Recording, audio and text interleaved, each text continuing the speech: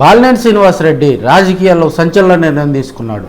అయితే ఆయన వైసీపీకి రాజీనామా చేయడంతో ప్రకాశం జిల్లా రాజకీయాల్లో పెనుమార్పులు జరిగే అవకాశాలు ఉన్నాయి.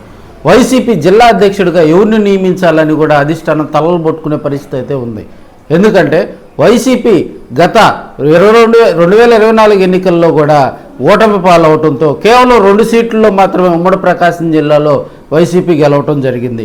ఈ క్రమంలో జిల్లా అధ్యక్షుడిగా ఎవరిని నియమించాలనే దాని మీద కూడా వైసీపీ అధిష్టానం పూర్తిగా కసరత్తు చేస్తున్నటువంటి సందర్భాలు మనం చూస్తూ ఉన్నాం.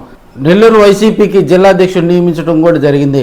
అయితే ప్రకాశం జిల్లా అధ్యక్షుడిగా కూడా బాలినేని శ్రీనివాసరెడ్డిని నియమించాలని అధిష్టానం గతంలో కసరత్తులు చేయటం, బాలినేని వైసీపీకి షాక్ ఇవ్వటంతో కూడా కంగుతున్నటువంటి వైసీపీ ఆ స్థానంలో బూచేపల్లి శివప్రసాద్ రెడ్డి, దర్శి ఎమ్మెల్యేగా ఉన్నటువంటి బూచేపల్లి శివప్రసాద్ రెడ్డిని ఇక్కడ జిల్లా అధ్యక్షుడిగా నియమించేందుకు కూడా అధికారం పూర్తి కసరత్తు చేస్తుందని కూడా మనం తెలియజేసుకోవచ్చు.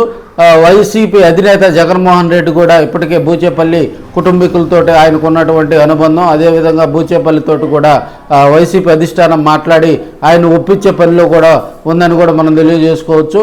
ఎందుకంటే బూచేపల్లి శివప్రసాద్ రెడ్డికి ఉన్న ఫాలోయింగ్, అదేవిధంగా వైసీపీని ప్రకాశం జిల్లాలో పటిష్టం చేయాలంటే బాలినేని వంటి లీడర్ బయటికి వెళ్ళినప్పుడు కూడా అదే పరపతి ఉన్నటువంటి లీడర్ని యువకుడిని కనుక ఇక్కడ కనుక జిల్లా అధ్యక్షుడిగా కనుక నియమిస్తే కొంత క్యాడర్ నిరుత్సాహపడకుండా ఏదైనా బూచేపల్లి కొంత ఆర్థికపరమైన ఇబ్బందుల్లో కూడా బూచేపల్లి సహాయం చేస్తాడు. కాబట్టి ఇప్పుడున్న పరిస్థితుల్లో బూచేపల్లి శివప్రసాద్ రెడ్డికి గనక అధికార పీఠం కనుక అంటే వైసీపీ జిల్లా అధ్యక్షుడిగా కనుక ఆయన కనుక నియమిస్తే కొంత పార్టీ కార్యక్రమాల్లో ఇబ్బందులు లేకుండా పార్టీని కొంత నడిపిస్తాడని కూడా అధిష్టానం పూర్తిగా కసరత్తు చేస్తుంది.